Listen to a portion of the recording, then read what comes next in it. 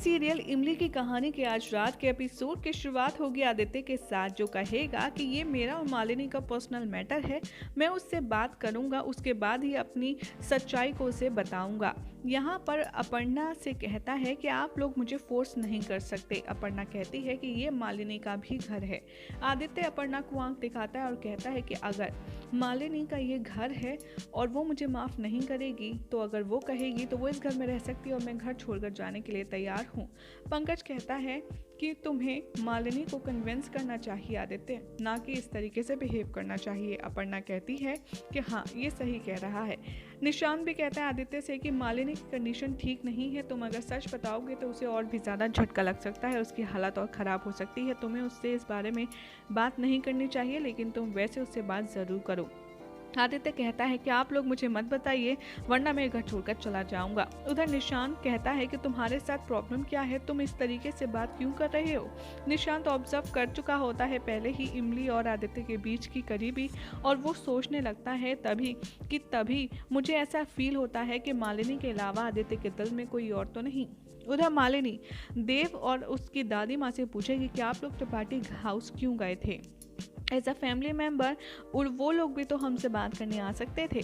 यहाँ पर कहता है देव कि देखो, हम तुम्हें खुश देखना चाहते हैं। और तभी ग्रैंडमा कहती है कि मालिनी एक बात बताओ, ये सब शुरू कब हुआ था।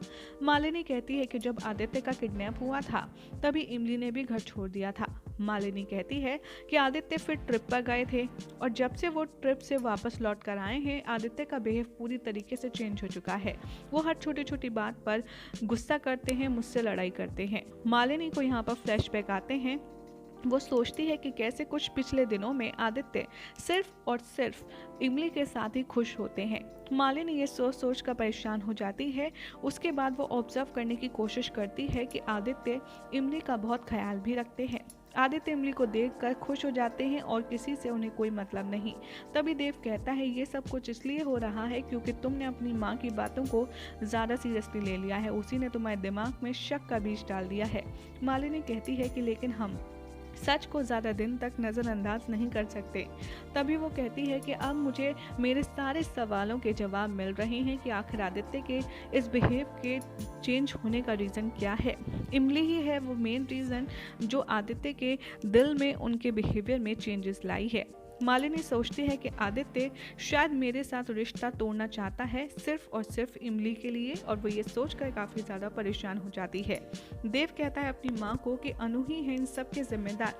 देव की माँ कहती है कि अनु पूरी तरीके से गलत नहीं है। देव कहता है कि अगर वो इस सब का रीज़न नहीं है तो कम से कम वो इन सारी चीज़ों को अच्छे से मैनेज तो कर सकती थी, लेकिन उसने नहीं किया। और दूसरी तरफ वो कहता है कि उसने तो मीठी को भी एक्सेप्ट नहीं किया, हमेशा से वो मुझ पर डाउट करती रहती है मीठी को लेकर। उधर दूसरी तरफ दिखाया जाएगा कि रूपाली आएगी एक बोल लेकर के और त्रिपाठीज से कहेगी कि गैस करो इसमें क्या है। त्रिपाठीज यहाँ पर बिल्कुल भी इंटरेस्ट नहीं दिखाते। रूपाली कहती है कि देखो, ये न्यूज़पेपर है जिसमें इमली की फ़ोटो आई है। सारे लोग कहते हैं कि हमें इस तरीके से सेलिब्रेशन नहीं करना चाहिए क्योंकि यहाँ पर हम सब का मूड ख़राब है और मालिनी भी इस घर में नहीं है। और यहाँ पर रूपाली को बहुत गुस्सा आता है। वो कहती है तो क्या मालिनी की वजह से आप इमली की इतनी बड़ी अचीवमेंट को इग्नोर कर देंगे। निशांत सपोर्ट करता है रूपाली को और पंकज न्यूज़पेपर की लाइंस को रीड करना शुरू करता है। तभी सब लोग काफ़ी ज़्यादा शॉक्ड हो जाते हैं ये सुनकर कि ये सारी स्टोरी किसी और ने नहीं बल्कि आदित्य ने लिखी है। तभी अपर्णा को कॉल आता है मिनिस्टर की तरफ से। वो कहते हैं कि वो इमली को एज अ टॉपर के बेसिस पर अवार्ड देना चाहते हैं। उधर सारे परिवार वाले मिलकर इमली को मुबारकबाद देते हैं उसकी इस कामयाबी के लिए।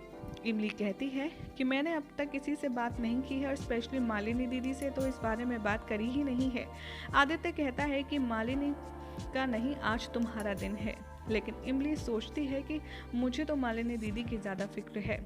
आदित्य कहता है कि ये तुम्हारा कंसर्न नहीं है, तुम जाओ और अपने गांव में जाकर के इस पॉपुलैरिटी को एंजॉय करो।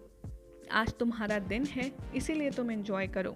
और ये तुम्हारी जर्नी है जिसको तुमने सक्सेसफुली अचीव किया है। अपर्णा कहती है इमली से कि तुम्हारी माँ को आज हमारे साथ इस सेलिब्रेशन में होना चाहिए था। आदित्य कहता है कि हाँ आप ठीक कह रही हैं। इमली सोचती है कि ये जो कुछ हो रहा है मीठी इस टाइम पर ना ही आए तो ठीक है, क्योंकि उन्हें सच का पता चलने में ज़रा भी देर नहीं लगेगी। तभी वो कहती है कि नहीं नहीं, मैं अकेली कहाँ हूँ, आप सब लोग हैं तो मेरे साथ, इसलिए अम्मा को बुलाने की कोई ज़रूरत नहीं है। उधर मालिनी भी आर्टिकल पढ़ती है इमली के बारे में और वो कहती है कि आदित्य ने यह आर्टिकल बहुत ही अच्छे तरीके से लिखा है, लेकिन अपने दिल से मेरा नाम हमेशा हमेशा के लिए मिटा दिया है। आदित्य यहाँ पर इमली के बारे में सोचता है और कहता है कि इमली उसके लिए एकदम परफेक्ट है, चाहे वो पढ़ाई लिखाई में हो या फिर शक्ल सूरत में। इमली को वो बहुत पसंद करता है, लेकिन वो समझ नहीं पाता कि आखिर उसने मालिनी को कब अंधेरे में ढकेल दिया और इमली की ज़िंदगी में रोशनी कर गया। मालिनी भी यहाँ पर न्यूज़पेपर लेकर के काफ़ी ज़्यादा हार्ट ब्रोकन होती है। वो इमली और आदित्य की फ़ोटो को एक साथ जोड़ कर देखती है और वो समझ जाती है कि उसके साथ जो कुछ हो रहा है वो सब कुछ इमली की वजह से हो रहा है। यही हो जाएगा रात के एपिसोड का एंड, जिसके बाद कल कुछ और ज़्यादा बुरा होने वाला है मालिनी के साथ, और वो क्या आपको बताएंगे हम अपनी नेक्स्ट रिपोर्ट में।